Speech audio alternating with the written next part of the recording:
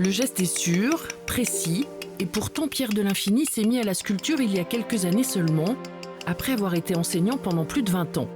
Des changements radicaux au sein de l'éducation nationale ont entraîné un surmenage qui l'ont obligé à changer de vie.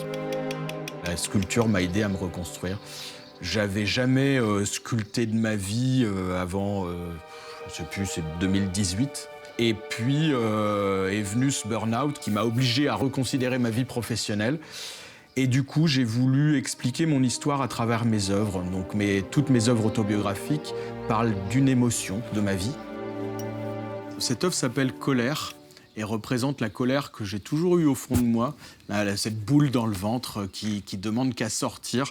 Donc là, j'ai voulu faire un clin d'œil aux sculpteurs antiques. Donc c'est un buste à la grecque, à la romaine, avec des muscles surdimensionnés. Grâce à son travail, l'artiste participe à des salons comme la Japan Expo à Paris. Il a des projets d'exposition à l'étranger, à Venise ou New York, et il oscille entre deux univers, celui de la pop culture et l'art contemporain.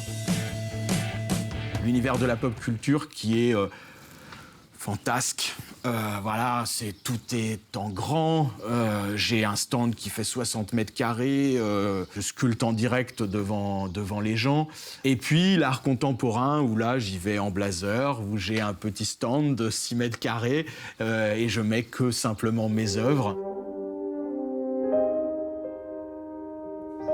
Je voulais aller à contrario de ce qui se fait dans la pop culture à l'heure actuelle, où, on va pas se le cacher, le plastique est roi. On fait des figurines en série, en dizaines de milliers. Moi, je voulais fournir aux fans du rêve et une pièce que eux seuls auraient.